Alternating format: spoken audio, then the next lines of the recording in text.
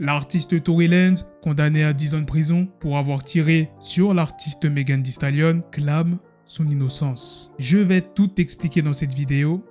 Il y aura aussi d'autres news. Kodak Black profite de la vie en Italie. Dans une vidéo récente, le rappeur s'amuse à faire des pizzas et à parler italien. Il a été vu en train de pétrir la pâte et d'observer un chef faire tourner la pâte dans les airs. Kodak a même reçu une veste de cuisinier avec une insigne aux couleurs de l'Italie. Il profite de son temps en Italie, loin des problèmes juridiques et des controverses. Son avocat, Bradford Cohen, a même partagé la vidéo de Kodak en vacances sur sa propre page Instagram, exprimant sa satisfaction de voir son client s'amuser sans se mettre dans l'embarras.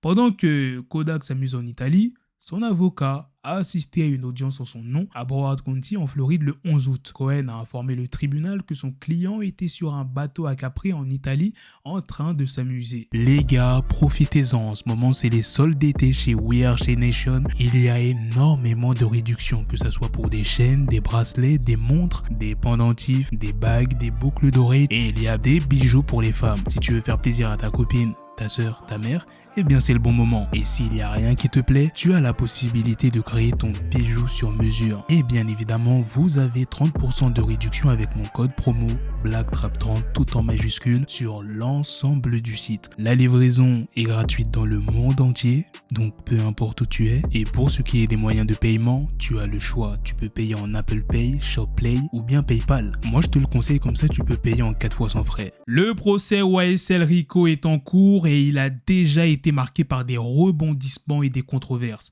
Le dernier en date concerne l'avocat de la défense, Eric Johnson, qui a été ordonné de remettre son ordinateur portable pour être fouillé car son client, Christian Eppinger, est accusé de l'avoir utilisé pour mener une liaison illicite sur Instagram. C'est un délire. Plus tôt dans le procès, le shérif adjoint Akeba Stanley a été arrêté et mise en détention pour avoir prétendument tenté de faire passer en contrebande des objets à Christian Eppinger et pour avoir communiqué avec lui illégalement. Elle a été inculpée de conduite imprudente, violation du serment de fonction, conspiration en vue de commettre un crime et entrave à l'arrestation ou à la punition d'un criminel. Le juge Ural Glanville a ordonné que l'ordinateur portable de Johnson soit fouillé, citant une cause probable suffisante. Johnson a résisté à cet ordre, arguant que cela violerait le privilège avocat-client. Il a qualifié l'ordre de violation complète de la relation la plus sacrée de notre système de justice pénale. Le procureur du comté de Gwinnett, Brandon Delphant, n'a pas été impressionné par l'indignation de Johnson et a rappelé au juge pourquoi il était là en premier lieu. Il a souligné que l'ordinateur portable était censé être utilisé uniquement pour l'examen des documents judiciaires et des preuves, et non comme un appareil de communication électronique. Revenons sur l'incident qui a déclenché cette affaire. Tory Lanez a été accusé d'avoir tiré sur la rappeuse Megan Thee Stallion en juillet 2020. L'incident a eu lieu après une soirée et les détails entourant l'événement ont été l'objet de spéculations et de controverses. Après une enquête approfondie, Tory Lanez a été inculpé et le procès a commencé. Au cours du procès, des preuves ont été présentées, des témoins ont été entendus et finalement, Tory Lanez a été condamné à 10 ans de prison. La nuit de sa condamnation, Tory Lanez a réagi sur les réseaux sociaux, clamant son innocence. Il a affirmé qu'il allait en prison pour quelque chose qu'il n'avait pas fait, une déclaration qui a suscité de vives réactions de la part des fans et des observateurs. Drake, une autre figure emblématique du monde du hip-hop, a également réagi à la publication de Tory Lanez en aimant son post Instagram. Un homme de l'Arkansas est décédé lors d'un événement organisé par le rappeur Bankroll Freddy. La famille de la victime a décidé de porter plainte contre Bankroll Freddy et Quality Control, la maison de disques associée, demandant $1 million de dommages et intérêts. La nuit de l'incident est encore entourée de mystères. Jusqu'à présent, ni Bankroll Freddy ni Quality Control n'ont fait de déclaration publique détaillée concernant l'affaire. Leurs réponses à la plainte et leur défense seront cruciales pour comprendre leur point de vue et la direction que prendra cette affaire. Le 12 août 2023, une bagarre a éclaté sur un bateau fluvial en Alabama et elle est rapidement devenue virale grâce à un homme qui s'appelle Reggie Ray, âgé de 42 ans, qui a manié une chaise pliante écartant quiconque se trouvait sur son chemin. Mais cette bagarre n'était pas un simple affrontement. Elle était chargée de tensions raciales et a conduit à plusieurs arrestations. Reggie Ray est devenu le visage de cette bagarre, non seulement pour son acte audacieux avec la chaise, mais aussi parce qu'il est le premier des combattants noirs à être arrêté depuis l'incident.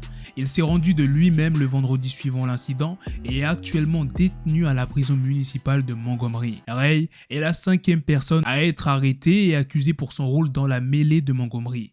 Il a été inculpé de conduite désordonnée, une accusation qui soulève des questions sur la nature de l'incident et les motivations derrière les arrestations. L'incident a pris une tournure raciale et l'arrestation de Ray a suscité des débats sur les implications raciales de la bagarre et des arrestations subséquentes. Caleb White était plus qu'un simple joueur de basketball. Il était une étoile montante dans le monde du sport. Il avait une moyenne de 20,9 points, 3,8 rebonds et 3,1 passes décisives par match la saison dernière. Élevé à Pinson Valley High School, il était sur le point de vivre sa saison senior et avait des aspirations pour jouer dans une école D1 et peut-être même la NBA. Le 12 août 2023, lors d'un entraînement, Caleb s'est effondré. Malgré les meilleurs efforts des premiers intervenants à son école et des médecins à l'hôpital, il n'a pas pu être sauvé. La nouvelle a été partagée par son grand-père dans un message empreint de tristesse et de désespoir. Le 12 août 2023, Bossy Badass a pris l'avion pour Killeen dans le Texas pour célébrer avec MJ, qui est un jeune fan qui a vaincu le cancer. Faisant référence à la tradition de sonner la cloche dans les hôpitaux pour annoncer qu'un patient a vaincu le cancer, Bossy a partagé ce moment spécial avec ses abonnés, soulignant son propre combat contre la maladie. Ce n'est pas la première fois que Bossy montre son engagement envers les jeunes. Plus tôt ce mois-ci, il a révélé avoir visité une installation pour jeunes à risque, espérant avoir un impact positif sur leur vie. Il a exprimé son désir de partager son histoire pour aider à sauver des vies. Au-delà de ses actes de gentillesse, Bossy Badass a entrepris un voyage personnel pour devenir une meilleure personne. Il a récemment commencé à suivre des cours de gestion de la colère, cherchant à comprendre ce qui déclenche sa colère et à prendre ses responsabilités. Les abonnés de Bossy ont réagi positivement à ses efforts pour changer et grandir. Ses réflexions sur les attentes et la loyauté ont résonné avec beaucoup, ajoutant une profondeur à son image publique. Bossy Badass n'est pas étranger à la justice et à l'activisme.